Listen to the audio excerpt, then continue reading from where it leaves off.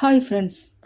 బేతాళుడు తన పట్టు నుండి తప్పించుకొని మళ్ళీ చెట్టుకు అతుక్కొని పోయినందుకు విక్రమార్కుడు విసుక్కోలేదు. తిరిగి చెట్టు వద్దకు వెళ్ళి బేతాళుడిని బంధించాడు. భుజంపై వేసుకొని ఆశ్రమానికి బయలుదేరాడు. బేతాళుడు విక్రమార్కునితో, మహీపాల, నాకు చాలా కాలం నుండి ఒక సందేహం ఉంది. ఆ సందేహం తెలియచేస్తాను. నువ్వు సకల నీతి పారంగతుడివి కాబట్టి నా అనుమానాన్ని తీర్చు అని ఇలా చెప్పసాగాడు. పూర్వకాలంలో కళింగ పట్టణంన సత్యవ్రతుడని ఒక రైతు ఉండేవాడు. అతనికి నా అనువారెవ్వరూ లేరు. అతనికి కొద్దిగా పొలం ఉంది. దాన్ని తానే స్వయంగా సేద్యం చేసుకుంటూ దాని మీద వచ్చే రాబడితో జీవించేవాడు. సత్యవ్రతునికి తల్లిదండ్రులు లేని కారణం వలన పట్టించుకొని పెళ్లి చేసే పెద్దవారు ఎవ్వరూ లేనందువల్ల అతనికి వివాహం కాలేదు. అందరిలాగే తాను కూడా పెళ్లి చేసుకుని సంసారం చేయాలనే కోరిక సత్యవ్రతుడికి ఉంది. కానీ ఒంటరివాడగా అతనికి పిల్లనివ్వడానికి ఆ గ్రామంలో రైతులెవ్వరూ సమ్మతించలేదు. అందువలన సత్యవ్రతుని కోరిక తీరలేదు. ఆ కోరిక తీరడానికి ఆలోచనలు చేస్తూ ఉండేవాడు. కొన్ని రోజులు అట్లే గడిచాయి. ఒక సంవత్సరము తన గ్రామానికి పొరుగున ఉన్న శిష్లాపురంలో అమ్మవారి జాతర జరుగుతూ ఉంది. సత్యవ్రతుడు ఆ కాళికామాత ఉత్సవం చూడటానికి వెళ్ళాడు. ప్రతి సంవత్సరం అతడు వెళ్తూ ఉంటాడు. ఆ జాతర చూసే సందర్భంలో ఒక దగ్గర సత్యవ్రతునికి ఒక కన్యక కనిపించింది. ఆమె రూపము సత్యవ్రతునికి చాలా ఆనందం కలిగించింది. ఆ కన్యక కూడా సత్యవ్రతుని చూసి ఎంతగా ఆనందించింది. అది పసిగట్టాడు సత్యవ్రతుడు. వారికి తెలియకుండా వారిని వెంబడించి వారి బసను తెలుసుకున్నాడు. అదే రాత్రి సత్యవ్రతుడు కాళీమాత ఆలయంలోనికి వెళ్ళి కాళీమాతని ఇలా ప్రార్థించాడు. అమ్మా, నేను ఎవ్వరూ లేని నిర్భాగ్యుడను. నువ్వు తల్లివి. నువ్వే నన్ను కరుణించాలి. ఈ రోజున నేను జాతరలో చూసిన కన్యకను నాకు భారీగా ప్రసాదించు. నాకు గల కోరిక తీరుతుంది.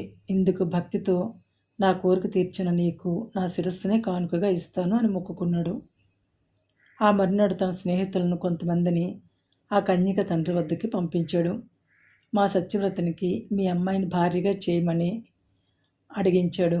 దేవి మహిమ వలన ఆ తండ్రి తన కూతురగు సుశీలను ఇచ్చి పెళ్లి చేయడానికి సమ్మతించాడు. సుశీల సత్యవ్రతుల వివాహం చాలా వైభవంగా జరిగింది.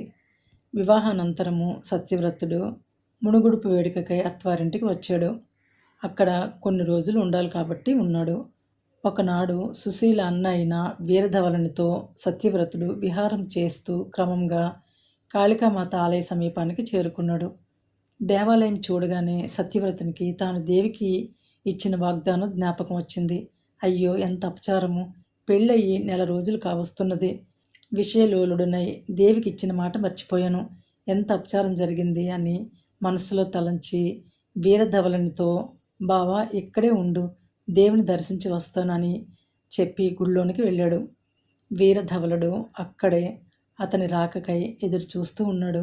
అరగంట కాలం గడిచింది. కానీ సత్యవ్రతుడు గుడి లోపల నుండి తిరిగి రాలేదు. అందువలన వీరధవలుడు బావ ఇంతసేపు ఏం చేస్తున్నాడు అని అనుకుంటూ తాను కూడా ఆలయంలోనికి వెళ్ళాడు. గుడిలోనికి పోయిన వీరధవలుడు అక్కడి దృశ్యాన్ని చూసి నిర్ఘాంతపోయాడు. దేవి విగ్రహం ముందు సత్యవ్రతుడు శిరస్సు ఖండించుకొని పడి ఉన్నాడు. నెత్తురు కాల్వ కట్టి పారుతూ ఉంది. అయ్యో, ఇదేమి గ్రహచారము! ఎందుకు ఇతడు తన శిరస్సును దేవికి కానుక ఇచ్చాడు? ఇతని మరణం గురించి ఇంట్లో ఎలా చెప్పగలను? చెప్పినా వారు నమ్ముతారా? చెల్లెలి వైధవ్యం చూస్తూ నేను జీవించగలనా? ఇంతకన్నా మరణించటం మేలు కదా అని నిశ్చయించుకొని వీరధవలుడు దేవి ముందు ఉన్న ఖడ్గంతో శిరస్సు ఖండించుకున్నాడు.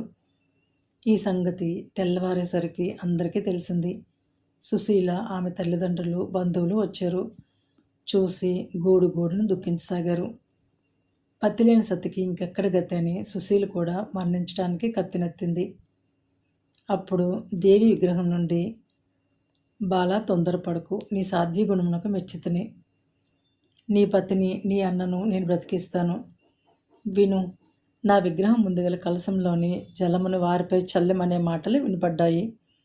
సుశీల వెంటనే దేవికి నమస్కరించి తెగిపడి ఉన్న శిరస్సులను దగ్గరకు చేర్చి దేవి అంత చెప్పున జలమును చల్లింది. సత్యవ్రతుడు, వీరధవలుడు నిద్ర నుండి లేచినట్లు లేచారు. అందరూ ఆనందంతో ఇంటికి వెళ్ళిపోయారు. ఈ కథ చెప్పిన భేతాళుడు, మహారాజా, కథ విన్నావు కదా, ఇందులో ఎవరు చేసిన త్యాగం గొప్పది అని ప్రశ్నించాడు. విక్రమార్కుడు ఆలోచించి, భేతాళ, సత్యవ్రతుడు తన వాగ్దానం నిలుపుకున్నాడు. సుశీల పతిలేని బ్రతికెందుకు అని మరణించడానికి పూనుకుంది. కానీ వీరధవలుడు చేసిన త్యాగం చాలా విలువగలది.